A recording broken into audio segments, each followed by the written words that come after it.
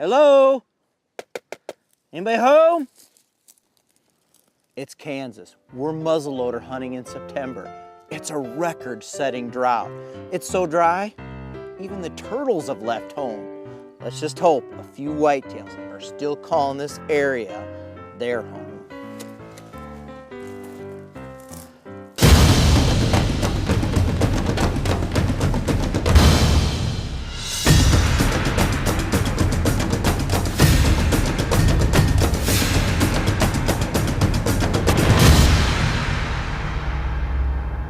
Welcome to North American Hunter. You know, it's no secret that a lot of whitetail hunters love to hunt the prairie state of Kansas. I've hunted Kansas many times, and it's really exciting to be on stand in those cottonwood river bottoms, waiting on a mature, pale-coated, wide-antlered, big Kansas buck to come into range. This week, North American Hunter's Mark Kaiser travels to Kansas. It's hot, it's dry, it's windy, and that's Kansas.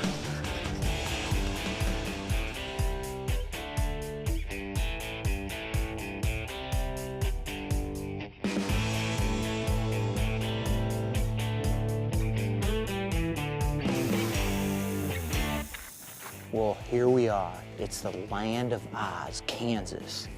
We're looking for a big whitetail, but it's hot. It's the September muzzleloader season. 97 degrees out. We're in the middle of a drought. Things couldn't get any tougher.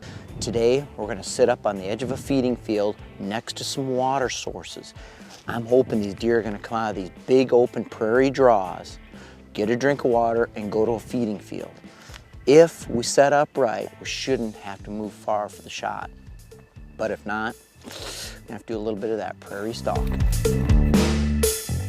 Another great thing about hunting this time of year that a lot of people don't think about is these bucks are still in bachelor groups. They're patternable. You know, you can really tell they're gonna feed in specific areas and they're gonna bed in specific areas. This one's totally unique. Weather's a little hot, but the bucks are predictable. You see a lot of deer, you see a lot of bucks.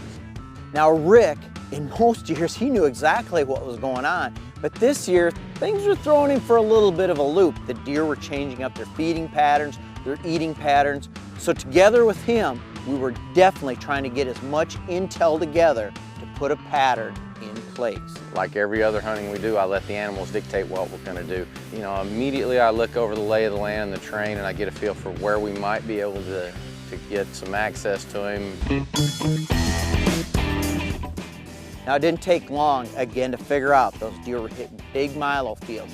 Not nearby, they were a long ways away, a couple miles in the distance. And when they were done, they were making a hard race right back to the creek bottom for daytime bedding. During the course of our first day, things